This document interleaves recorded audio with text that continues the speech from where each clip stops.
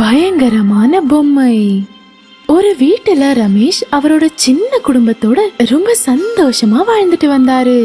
அதுல அவங்க மனைவி சோனம் அப்புறம் அவரோட 8 வயசு பொண்ணு வாழ்ந்துட்டு வந்தாங்க.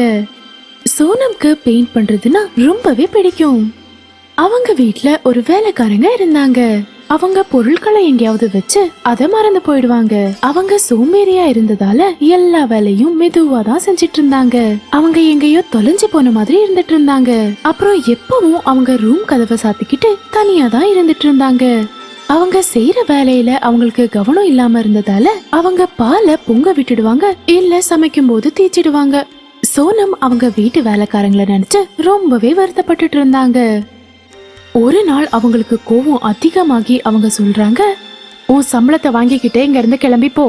அந்த வேலைக்காரங்க சோனம் கிட்ட கை எடுத்து கும்பிட்டு அவங்க கிட்ட சொல்றாங்க, என்ன மன்னிச்சிருங்கம்மா, இனிமே இந்த மாதிரி எதுவும் நடக்காது. சோனம் அவங்க வேலைக்காரங்க சொன்ன எதையுமே கேட்காம அவங்களுக்கு சம்பளத்தை கொடுத்து வீட்டை விட்டு அனுப்பிடுறாங்க. அவங்க வேலைக்காரங்களும் எல்லா பொருளையும் எடுத்துக்கிட்டு அங்க இருந்து கிளம்பிடுறாங்க. சோனமோட பொண்ணு விளையாடிக்கிட்டே வேலைக்காரங்களோட ரூமுக்கு போயிடுறாங்க. அங்க அவங்களுக்கு ஒரு பெரிய பாக்ஸ் கண்ணுக்கு தெரியுது. சோனமோட பொண்ணு அந்த பாக்ஸ திறக்கறாங்க. அப்புறம் பாக்குறாங்க, அதுல ஒரு அழகான பொம்மை இருந்தது. அவங்க அந்த பொம்மைய பார்த்து ரொம்ப சந்தோஷப்படுறாங்க. அத அங்க இருந்து எடுத்துக்கிட்டு அவங்க ரூமுக்கு விளையாட போறாங்க.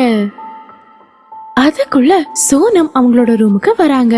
அப்புறம் அவங்க கிட்ட சொல்றாங்க, மகளே, இந்த பொம்மைய உனக்கு யார் கொடுத்தாங்க? அதுக்கு அவங்க சொல்றாங்க, மா, இது எனக்கு ஆண்டியோட ரூம்ல இருந்து கிடைச்சது. சோனம் சொல்றாங்க, யாரோட பொருளையும் இந்த மாதிரி கேட்காம எடுக்க கூடாது மகளே, அங்கேயே வச்சிடு. ரியா அழுதுகிட்டே அவங்க அம்மா கிட்ட சொல்றாங்க, இல்லம்மா, என்னால கொடுக்க முடியாது. எனக்கு இந்த பொம்மை ரொம்பவே பிடிச்சிருக்கு. நானே இத வச்சுக்கிறேன், ப்ளீஸ்மா. சோனம் அவங்க பொண்ணு இப்படி அடம் பிடிக்கிறத பார்த்து அதை ஏத்துக்கிறாங்க.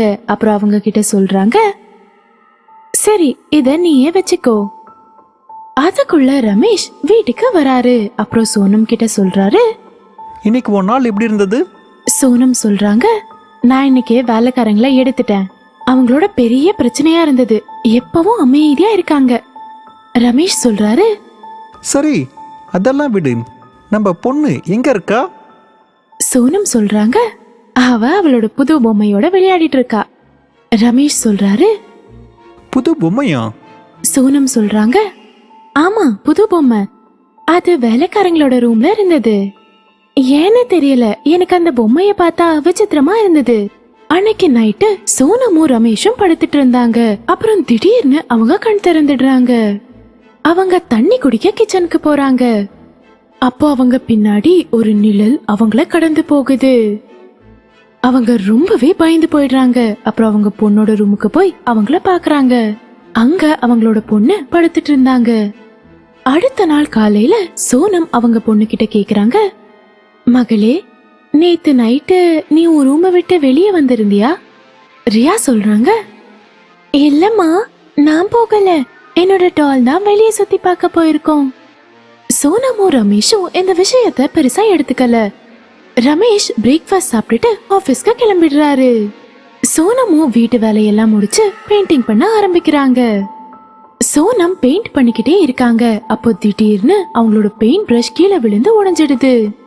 அப்புறம் அவங்க வேற பிரஷ் எடுத்துட்டு வர போறாங்க. அந்த பிரஷ் எடுத்துட்டு வந்து அவங்க பாக்குறாங்க, யாரோ அவங்களோட பெயிண்டிங்க கெடுத்து வச்சிருந்தாங்க. அவங்க கோவத்தோட அவங்க பொண்ணோட ரூமுக்கு போறாங்க. அவங்க பொண்ணோட ரூமு கிட்ட வந்த உடனே அவங்களுக்கு அந்த ரூம்ல 2 பேர் உட்கார்ந்து பேசுற சத்தம் கேக்குது. அவங்க பொண்ணு யார்கிட்ட அப்படி பேசிட்டு இருக்கான்னு அவங்க யோசிக்க ஆரம்பிக்கிறாங்க. சோனம் கதவை திறந்து பாக்குறாங்க.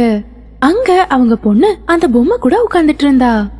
சோனம் ரியா கிட்ட கேக்குறாங்க, இங்க 2 பேர் பேசுற மாதிரி சத்தம் கேட்டுச்சே? ரியா சொல்றாங்க, ஆமாமா, நான் என் பொம்மை கூட பேசிட்டு இருந்தேன். சோனம் சொல்றாங்க, ரியா, நீ இந்த மாதிரி பேசுறத தயவு செஞ்சு நிறுத்து, அமைதியா உட்காந்து படி போ. இப்படி சொல்லிட்டு அவங்க ரியா ரூம்ல இருந்து வெளியே போயிடுறாங்க. சோனம்க்கு வீட்டு வேலை செய்ய ரொம்ப கஷ்டமா இருந்ததால அவங்க புது வேலைக்காரங்கள வர வைக்கிறாங்க. அந்த புது வேலைக்காரங்களோட பேரு சஞ்சல். அவங்க ரொம்ப நல்லா வேலை செஞ்சிட்டு இருந்தாங்க. இத பார்த்து சோனம் ரொம்ப சந்தோஷப்படுறாங்க. ஒரு நாள் சஞ்சல் ரியாவோட ரூம கிளீன் பண்ணிட்டு இருந்தாங்க. அப்போ அவங்களோட பார்வை அந்த பொம்மை மேல போகுது. சஞ்சல் சொல்றாங்க, என்ன பொம்மை இது, பார்க்கவே இவ்ளோ விசித்திரமா இருக்கு. இப்படி சொல்லிட்டு அவங்க அத பெட் மேல தூக்கி போட்டுட்டு போறாங்க. அப்போ செஞ்சலுக்கு அவங்க பின்னாடி யாரோ நடந்து வர மாதிரி இருந்தது. அவங்க பின்னாடி திரும்பி பாக்குறாங்க. அவங்க பின்னாடி அந்த பொம்மை இருந்தது. அந்த பொம்மையோட மூஞ்சு அப்படியே சிவப்பு கலர்ல மாறி இருந்தது. செஞ்சல் இத பார்த்த உடனே ரொம்ப பயந்து போயிடுறாங்க. அப்புறம் சத்தமா கத்த முயற்சி பண்றாங்க. அவங்க அப்படி கத்தும் போது அந்த பொம்மை அவங்களோட சத்தத்தை யாருக்கும் கேட்காத மாதிரி பண்ணிடுது. அவங்க அங்க இருந்து ஓட முயற்சி பண்றாங்க. ஆனா அந்த பொம்மை அவங்கள தடுத்து கீழே தள்ளி விட்டுடுது. சஞ்சலும் கீழே விழுந்துடுறாங்க. அப்புறம் அவங்களோட தலையில பலமா அடிபட்டுடுது. அவங்க அங்கேயே மயங்கிடுறாங்க. இத பார்த்ததும் சோனம் அப்படியே பயந்து போயிடுறாங்க. அப்புறம் அவங்கள ஹாஸ்பிட்டல் கூட்டிட்டு போறாங்க. கொஞ்ச நேரத்துல சஞ்சல் கண் விழிக்கிறாங்க. அப்போ சோனம் அவங்க கிட்ட கேக்குறாங்க, சஞ்சல் நீ எப்படி கீழே விழுந்த? சஞ்சல் நடந்த எல்லா விஷயத்தையும் சோனம் கிட்ட சொல்றாங்க. அதை கேட்டு அவங்க அப்படியே உறைஞ்சு போயிடுறாங்க.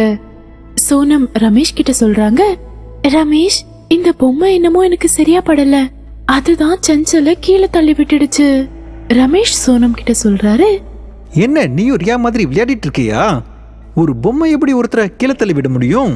அது ஒரு பொம்மை, அவ்வளவுதான். ரமேஷ் இப்படி சொல்லிட்டு அவங்க சொன்னதை பெருசா எடுத்துக்காம போயிடுறாரு. ஒரு நாள் சோனம் பெயிண்ட் பண்ணிட்டு இருந்தாங்க.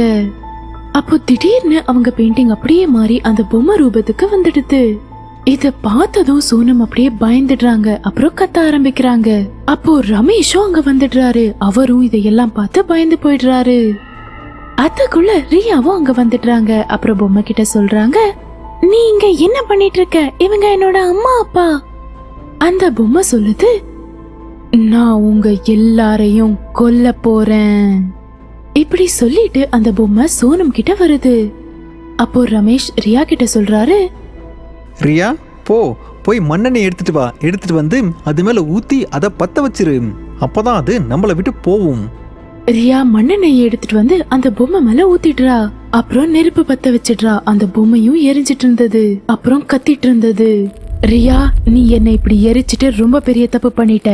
நான் உன்னை என்னோட ஃப்ரெண்டா பார்த்தேன், ஆனா நீ என்னை இப்படி எரிச்சிட்ட. அந்த பொம்மை முழுசா எரியறத பார்த்து ரமேஷ் ரொம்பவே சந்தோஷப்படுறாரு. இப்படி அவங்க 3 பேரும் தப்பிச்சிடுறாங்க. அப்புறம் நண்பர்களே, இந்த மாதிரி இன்னும் நிறைய கதைகளை பார்க்க எங்க சேனலை சப்ஸ்கிரைப் பண்ணுங்க. அப்புறம் பெல் ஐக்கன் பிரஸ் பண்ணுங்க. அதால எந்த கதையும் மிஸ் பண்ண மாட்டீங்க. அடுத்த கதையில சந்திக்கலாம். பாய்.